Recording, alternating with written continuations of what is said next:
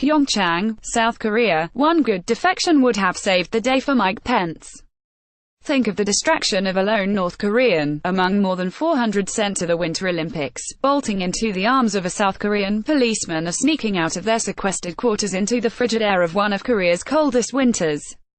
What better way to underscore the brutality of the regime on the dark side of the DMZ, as emphasized in the State of the Union by U.S.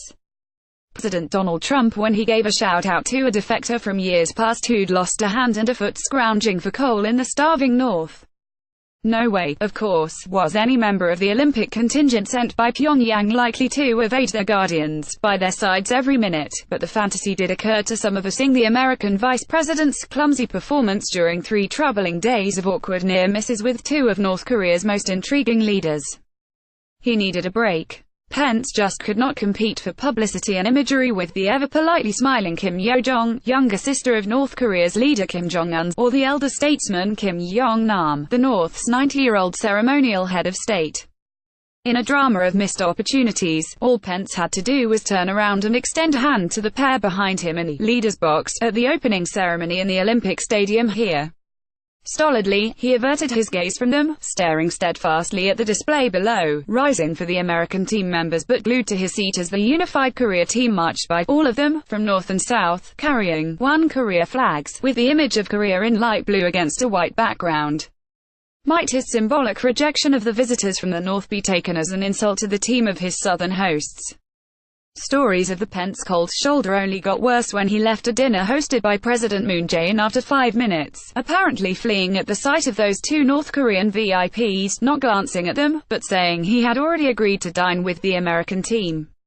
Outside the ticket office where seats were still going for a minimum of $750, crafty hawkers from European countries were selling half-priced tickets they claimed were from friends, unable to use them. Inside a tiny chicken and pizza restaurant, Koreans and foreigners were mesmerized in front of the screen, focusing on the parade, unaware of the drama in the VIP box or the byplay in which the North Koreans clearly seemed to have come out ahead. The mood was exuberant. Occasionally the crowd burst into cheers as fireworks flared over the stadium a few hundred meters away.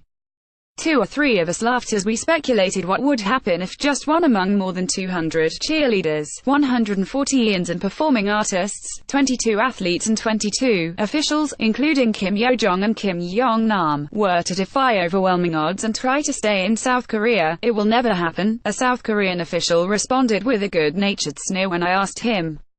Impossible. Or so he hoped. A defection, good for Pence and Trump, would be a diplomatic disaster for the government of South Korean President Moon Jae-in, which could not give a defector back, but could not accept one without scuppering what Moon hopes is a major opening for peace.